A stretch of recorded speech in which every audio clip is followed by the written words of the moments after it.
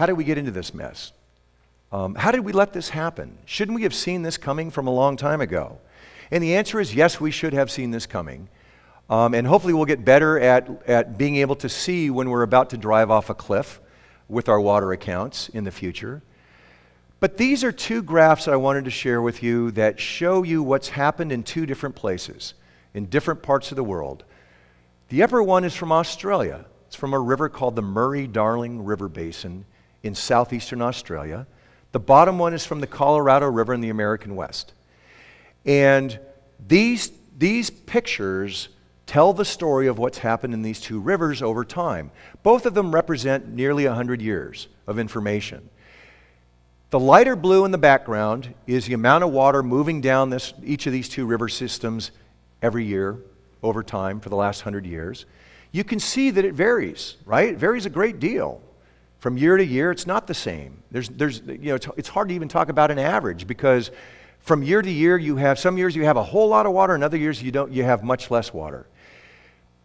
The darker blue trace here represents the water that we use, the water that we consumptively use, that we remove from those river systems. What you see in both of these traces is what you see in virtually all of those places that were in the hot zones around the world on the water scarcity map that I showed you a moment ago. What it shows is that over time we have allowed the water, the consumption of water to grow to the point where it literally bumps up against the ceiling of the available water supply. And to state it simply, things go really badly wrong when that happens. In the story that I just told you about all the different impacts that can result when we get into that situation. Now I say we gave away. You know, there's many of these places in the world where water is essentially a free-for-all. In fact, there are about 62 countries that are experiencing water shortages, water scarcity on a semi-regular basis. Only about half of those have any controls on water use whatsoever. It's essentially a free-for-all. It's a common pool that's being utilized without any restrictions. Nobody's telling anybody how much water they get to use or for what purpose or in what amounts. And instead, it just accumulates. With the growing population, the growing, increasing area of irrigated farmland, eventually all of the water that's available gets taken up. And we're drying up rivers. We're drying up some of the biggest rivers on the planet in that process. The Yellow River in China, the Brahmaputra River in India and Bangladesh, the Indus, the Rio Grande, the Colorado River here. We're drying up some of the biggest rivers on our planet through this process of just gradually increasing the amount of water that we're consumptively using. On the bottom, the same story for the Colorado River.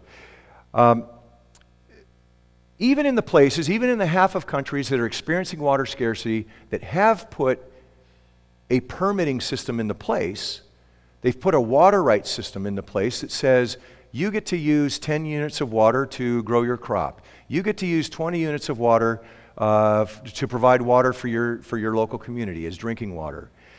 Even in the places that have put those kinds of rules and regulations into place, they have been unable or unwilling to put restrictions on it. So they just keep issuing more and more tickets, more and more passes, more and more water rights, to the point where you get into the same situation as if you had no controls at all. So even though they have the mechanism available to them to try to manage this and try to control this, they aren't adequately using it or they aren't adequately enforcing it.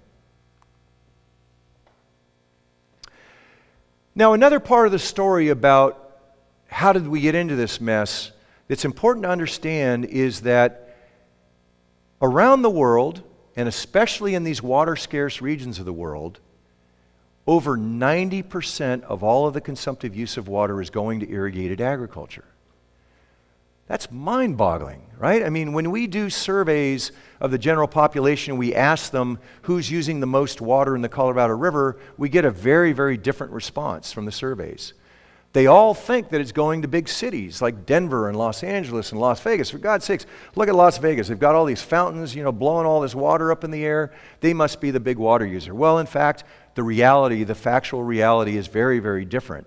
The vast majority is going to growing our crops, our food and our crops that we use for other purposes. And I'm going to touch on this again. I'm going to revisit this here in a moment, but this is really, really important when we start to talk about solutions and strategies for trying to deal with some of these issues. Now, this is a map that we put together. It looks similar to the map that I showed, the static map that I showed you before, but you can see here that this is animated.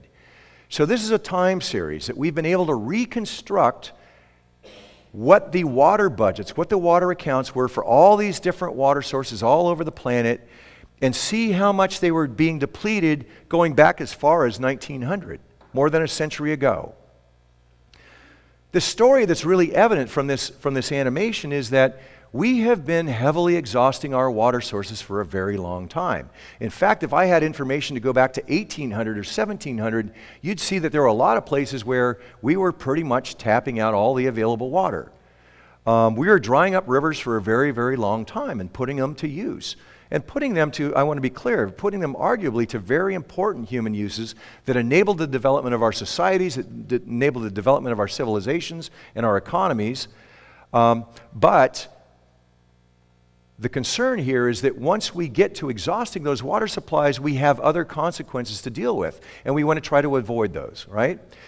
So this shows you how that has happened. It shows you how this heavy depletion of the water has evolved, how it's spread globally over time, and how it's intensified in a lot of places, how it's gotten to be more and more of the available water being used.